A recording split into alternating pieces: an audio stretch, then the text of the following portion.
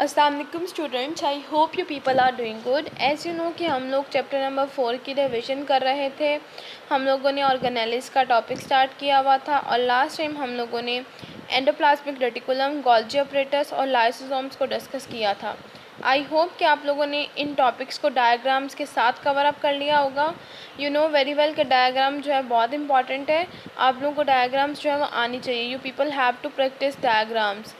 सो kindly practice किया करें diagrams की जब भी आप लोग ऐसा कोई टॉपिक याद करते हैं जिसके साथ डायग्राम हो। तो आज जो है वो हम अपने नेक्स्ट टॉपिक की तरफ चलते हैं। आज जो है हम लोग सेंट्रीओल्स, वैक्यूल्स इनको डिस्कस करेंगे। सेंट्रीओल्स एनिमल्स और कुछ यूनिसेलुलर ऑर्गेनिजम्स जो होते हैं उनमें हॉलो सिलेंड्रिकल ऑर्गेनेलिस प्रेजेंट होती हैं। इनको हम बोलते हैं centrioles. You can C in the diagram कि किस तरह हॉलो और सिलेंड्रिकल जो है ऑर्गेनेली है। अब सेंट्रीओल्स जो हैं ये कैसे बने होते हैं? सेंट्रीओल्स में बेसिकली माइक्रोट्यूब्यूल्स होती हैं, ठीक है। माइक्रोट्यूब्यूल्स जो हैं वो ट्यूब्यूलन प्रोटीन की बनी होती हैं। अब माइक्रोट्यूब्यूल्स के 9 ट्रिपलेट्स होते हैं, ठीक है। ट्रिपलेट का मतलब 3 होगा, तो बेसिकली एक ट्रिपलेट के अंदर 3 माइक्रोट्यूब्यूल्स प्रेजेंट होंगी, तो 9 ट्रिपलेट्स होंगे हमारे पास माइक्रोट्यूब्यूल्स के। आप नीचे डायग्राम में बेशक जो है इनको काउंट कर सकते हैं कि किस तरह 9 जो है हमारे पास ट्रिपलेट्स ऑफ माइक्रोट्यूब्यूल्स एक सेंट्रीओल में प्रेजेंट होते हैं। एनिमल सेल्स जो हैं उनमें 2 सेंट्रीओल्स होते हैं और वो जो है वो न्यूक्लियस के करीब ही जो है लोकेट करते हैं। 2 सेंट्रीओल्स को हम लोग कलेक्टिवली बोलते हैं सेंट्रोसोम्स। अगर आपको याद हो तो हम लोगों ने सेल डिवीजन में जब माइटोसिस और मियोसिस पढ़ रहे थे तब भी सेंट्रोसोम्स को डिस्कस किया था। अब सेंट्रीओल्स का फंक्शन क्या होता है? सेंट्रीओल्स का फंक्शन होता है, सबसे पहला ये है कि इन्होंने क्या करना होता है, फॉर्मेशन ऑफ स्पिंडल फाइबर्स। जब सेल डिवीजन का प्रोसेस हो रहा होता है तो उन्होंने स्पिंडल फाइबर्स बनाने होते हैं। सेकंड जो इनका काम है वो ये है कि कुछ सेल्स के अंदर ये सीलिया और फ्लैजेला बना रहे होते हैं, ठीक है। सीलिया और फ्लैजेला दोनों ही थ्रेड लाइक और हेयर लाइक स्ट्रक्चर्स होती हैं। पैरामीशियम पे जब हमने पढ़ा था उसको तो देखा था कि उसकी पूरी बॉडी पे जो है वो थ्रेड लाइक और हेयर लाइक स्ट्रक्चर है, उनको हम बोलते हैं सीलिया। और जब बैक्टीरिया पढ़ा था तो उसके आगे से जो एक थ्रेड लाइक निकल रहा था उसको हम बोलते हैं फ्लैजेला। तो सेंट्रीओल्स जो है वो फ्लैजेला और सीलिया बनाने में भी हेल्प करते हैं। तो this is all about centrioles. अक्सर शॉर्ट क्वेश्चन आ जाता है, समटाइम लॉन्ग क्वेश्चन में पूछ लेते हैं। लॉन्ग क्वेश्चन में आएगा तो आपको डायग्राम भी बनानी पड़ेगी। नेक्स्ट टॉपिक है हमारा वैक्यूल्स। तो वैक्यूल्स क्या होते हैं? वैक्यूल्स भी ऑर्गेनेलिस हैं। ये सिंगल मेम्ब्रेन बाउंड ऑर्गेनेलिस होती हैं और इनमें फ्लूइड होता है। तो बेसिकली ये जो फ्लूइड फिल्ड वेसिकल्स हैं, ठीक है, यानी कि वैक्यूल्स जो होते हैं ये सेल के अंदर काफ़ी ज़्यादा होते हैं, ठीक है। ये मोर देन 1 भी हो सकते हैं, ठीक है, 2, 3, 4। तो ये डिपेंड करता है सेल टू सेल। अगर हम लोग प्लांट सेल की बात करें तो प्लांट सेल में जो छोटे छोटे वैक्यूल्स होते हैं, जब प्लांट मैच्योर होता है तो ये फ्यूज़ होते हैं आपस में, ठीक है, और फ्यूज़ होने के बाद एक बड़ा वैक्यूल बना देते हैं सेंटर के अंदर। जब प्लांट मैच्योर नहीं होता तो सेंटर के अंदर न्यूक्लियस ही होता है। जब प्लांट सेल मैच्योर हो जाता है तो ये जो छोटे छोटे वैक्यूल्स हैं ये क्या करते हैं, वाटर एब्जॉर्ब करते हैं, आपस में फ्यूज़ होते हैं और एक बड़ा वैक्यूल बना देते हैं in the centre of the cell. अब इस स्टेट में क्या होता है, सेल जो है वो टर्जिड हो जाता है। कुछ जो सेल्स हैं उनमें हमारे पास जो है फूड जो है वो फूड वैक्यूल की फॉर्म में बाहर से आता है। फूड में कोई मटेरियल हो सकता है जो सेल को चाहिए होता है, ठीक है। तो मटेरियल्स जो हैं वो सेल के बाहर से सेल के अंदर आते हैं in the form of food vacuoles. उन फूड वैक्यूल्स पे लाइसोसोम्स जो है वो एक्शन देते हैं, उनको डाइजेस्ट करते हैं। जैसे हम लोगों ने लास्ट टाइम पढ़ा था लाइसोसोम, तो हमने देखा था कि फूड वैक्यूल है। लाइसोसोम जो है, लाइसोसोम वो उसके साथ जो है वो फ्यूज़ कर रहे हैं। उसके बाद अपने एंजाइम की सेक्रेशंस हो रही हैं। एंजाइम की सेक्रेशंस के बाद जो है वो डाइजेशन होगी है उस फूड पार्टिकल की या उस टारगेट मटेरियल की। इसके अलावा कुछ यूनिसेलुलर ऑर्गेनिजम्स हैं उनमें कॉन्ट्रैक्टाइल वैक्यूल होते हैं। कॉन्ट्रैक्टाइल वैक्यूल क्या करते हैं कि बेसिकली उनको हेल्प करते हैं उनकी बॉडी से जो वेस्ट है उनको निकालने में। तो वैक्यूल्स जो है वो फूड वैक्यूल्स भी हो सकते हैं, वो कंट्रैक्टाइल वैक्यूल्स भी हो सकते हैं, ठीक है। यूजुअली जो वैक्यूल का फंक्शन होता है उसमें वाटर को और फूड को जो है वो स्टोर करना होता है, वाटर को अब्जॉर्ब करके रखना होता है ताकि वो अपने सेल की टर्जिडिटी को मेंटेन कर सके, ठीक है।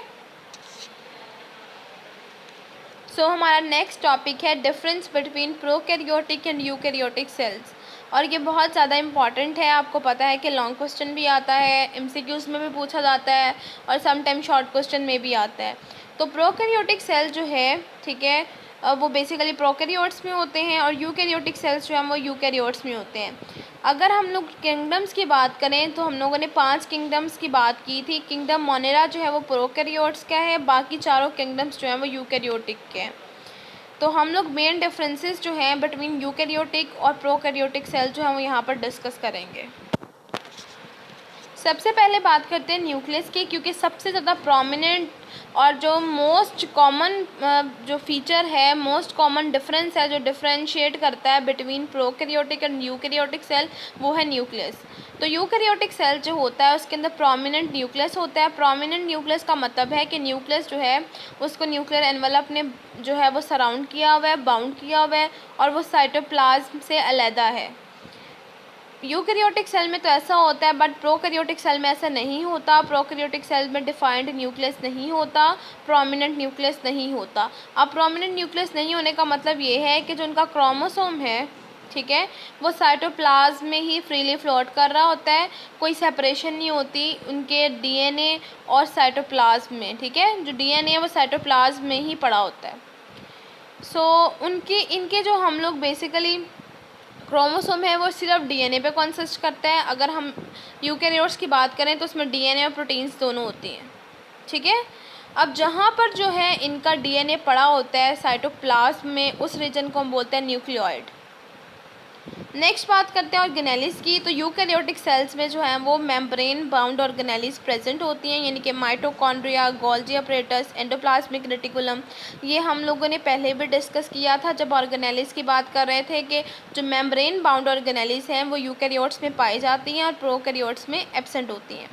अब प्रोकैरियोट्स की बात करें तो उनमें क्या होगा, ये मेम्ब्रेन्स जो हैं जिनको मेम्ब्रेन बाउंड ऑर्गेनेलिस जो हैं वो प्रेजेंट नहीं होंगी। राइबोसोम्स की बात जब हम लोगों ने की थी तब भी हमने डिस्कस किया था कि प्रोकैरियोटिक राइबोसोम छोटा होता है कंपैरेटिवली यूकैरियोटिक के। तो राइबोसोम जो है यूकैरियोटिक सेल का वो साइज़ में बड़ा होता है comparatively ribosomes of prokaryotic cells.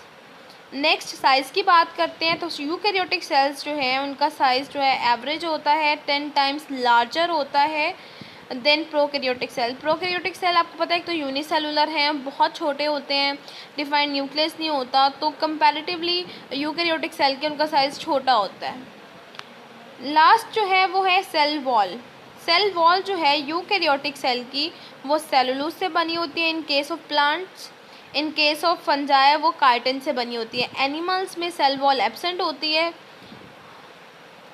Next बात करते हैं प्रोकैरियोटिक सेल्स की। तो प्रोकैरियोटिक सेल्स में आपको पता है कि हमारे पास आ जाते हैं बैक्टीरियाज या साइनोबैक्टीरियाज।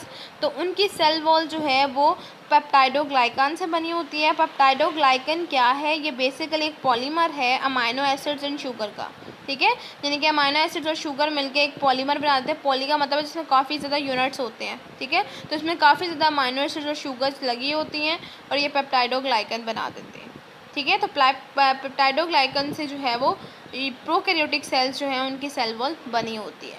तो these are the major differences between eukaryotic cells and prokaryotic sales.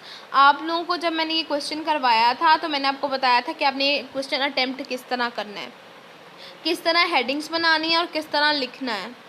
ये शॉर्ट क्वेश्चन में भी पूछा जा सकता है, जैसे फॉर इंस्टेंस पूछा जाएगा व्हाट इज़ न्यूक्लियोइड, या फिर what is the size of ribosomes in eukaryotic cells and prokaryotic sales.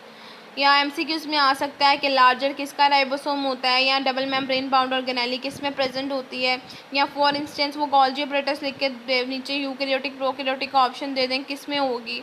इस तरह के जो हैं वो एमसीक्यूज शॉर्ट क्वेश्चंस भी पूछे जा सकते हैं। लॉन्ग के लिहाज से तो बहुत इंपॉर्टेंट है। डायग्राम्स मैंने आपको बनवाई थी, आपने उन डायग्राम्स के साथ इन टॉपिक्स को जो है वो कवर करना है, अच्छे से याद करना है। So you can see the diagram eukaryotic cell and prokaryotic cell. आप डिफरेंस जो हैं वो देख सकते हैं कि यूकैरियोटिक में ऑर्गेनेलिस प्रेजेंट हैं डबल मेम्ब्रेन बाउंड, जबकि प्रोकैरियोट्स में नहीं होती। प्रोकैरियोट्स में डिफाइंड न्यूक्लियस नहीं होता, यूकैरियोट्स में होता है। और प्रोकैरियोट्स में आप देखें कि जो उनका डीएनए है वो साइटोप्लाज्म में फ्रीली फ्लोट कर रहा है और जिस रीजन में पड़ा हुआ है उसको हम न्यूक्लियोइड बोलते हैं। तो these are the basic differences between eukaryotic and prokaryotic cells. Kindly इसको डायग्राम के साथ अच्छे से कर लीजिएगा। इंशाल्लाह फिर नेक्स्ट लेक्चर में हम लोग नेक्स्ट टॉपिक को डिस्कस करेंगे। टेक केयर टिल देन, अल्लाह हाफ़िज़।